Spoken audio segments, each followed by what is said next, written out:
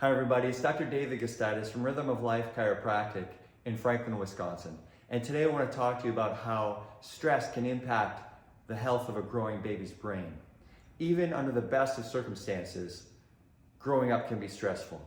However, in a stressful environment, that can change the whole game entirely and lead to an added compromise or an added burden to a baby as they're trying to develop.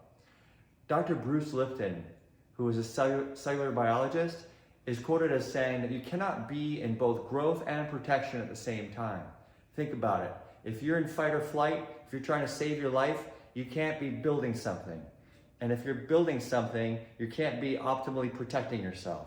So both of those conditions are mutually exclusive. You can't be in both at the same time.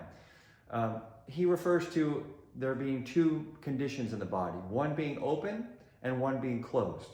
The condition of being open implies being ready to receive, ready to assimilate and absorb all the nutrients and the factors that are necessary for growth, repair, and development. The state or the condition of being closed implies being walled off because of exposure to a toxin or the need to protect yourself or to run and flee and hide. Being in open state versus a closed state is a big difference in terms of what that does to your growth.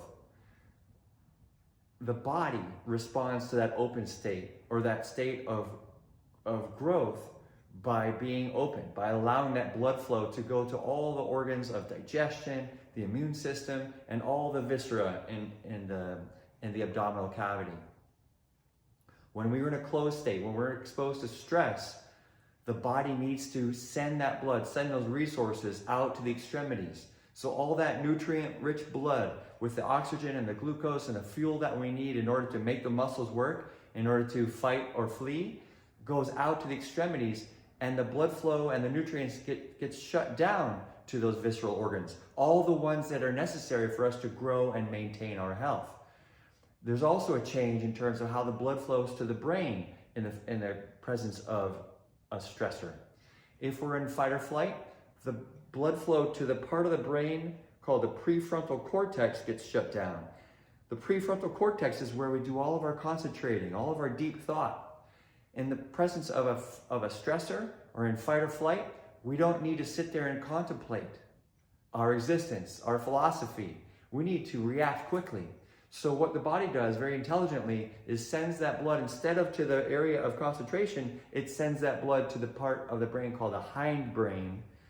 The hindbrain is where we're able to make instinctive, quick reactions, which is going to be something that would save our life in the presence of an attack.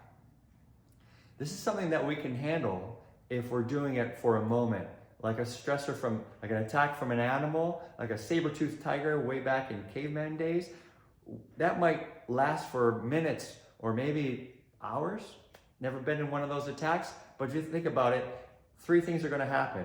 One of three things will happen. One, either we get away. Two, we fight and kill the attacking tiger. Or three, we're eaten. So one of those three solutions will be fairly quick. And then the stressor will be over. But in modern day, our stressors go on and on and on. Not just for minutes or maybe an hour. They go on in terms of days, weeks, months, years. Sometimes they never stop.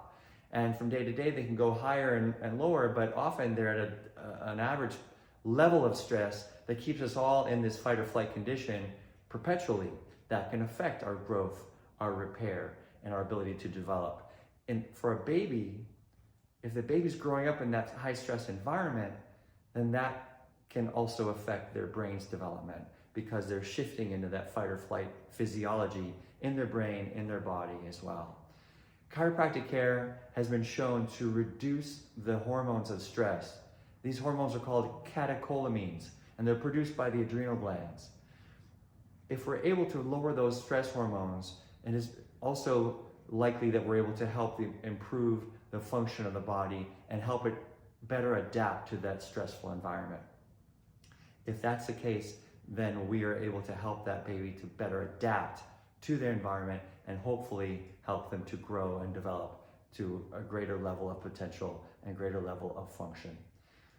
If you're interested in reaching out to us to see if we can help you, please click below or call our office and set up an appointment. We'd love to help you. We'd love to be of service.